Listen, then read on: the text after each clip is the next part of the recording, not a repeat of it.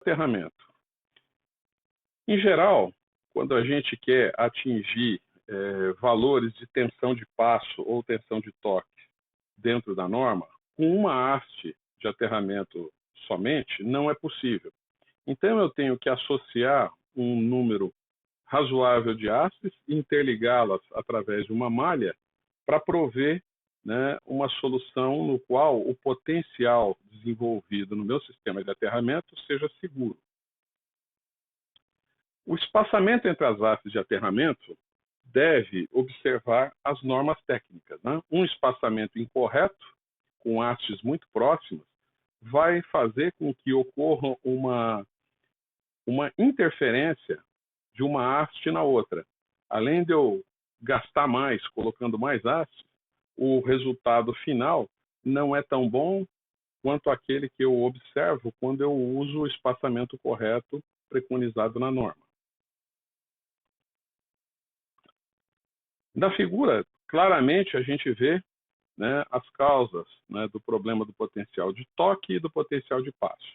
A torre é atingida por uma descarga, o potencial sobre a torre vai atingir um valor máximo de V e vai decaindo, né? O que eu posso fazer é compor, além do aterramento da torre, um sistema de aterramento no entorno da torre, forçando que o potencial máximo nessa região não ultrapasse um valor acima do considerado seguro.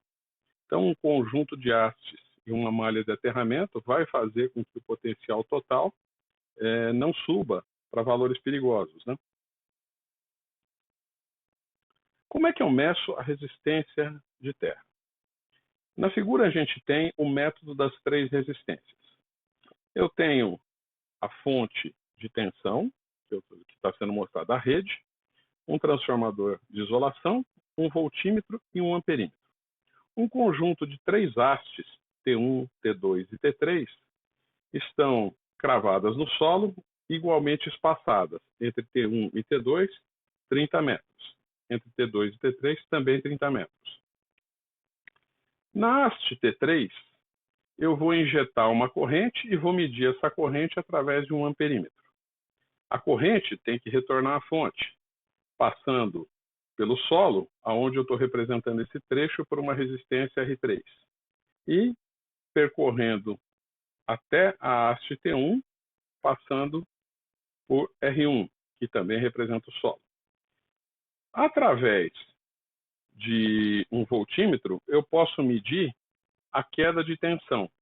Com a leitura do voltímetro e do amperímetro, eu posso avaliar qual é a resistência do aterramento.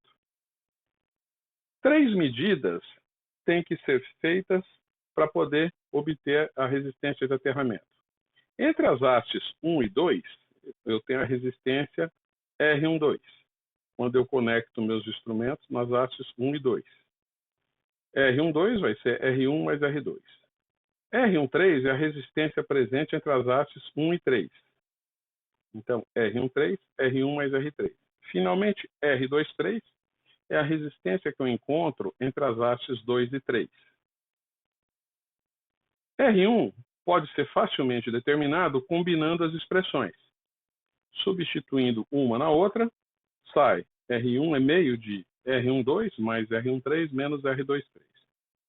R2 é R12 menos R1, e finalmente eu obtenho R3 fazendo R13 menos R1. Um método simplificado pode ser feito com uma única medida. Desta feita, eu tenho o eletrodo de terra, no qual eu quero medir a sua resistência. 2 hastes auxiliares, uma de corrente, indicada por C2, e uma de potencial, indicada por P2, são cravadas no solo, a mais distante a uma distância D.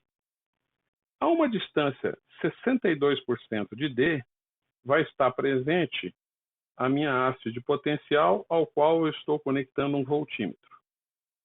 A resistência de terra será a leitura do voltímetro, que é o meu potencial no ponto P2, dividido pela corrente na haste de corrente C2.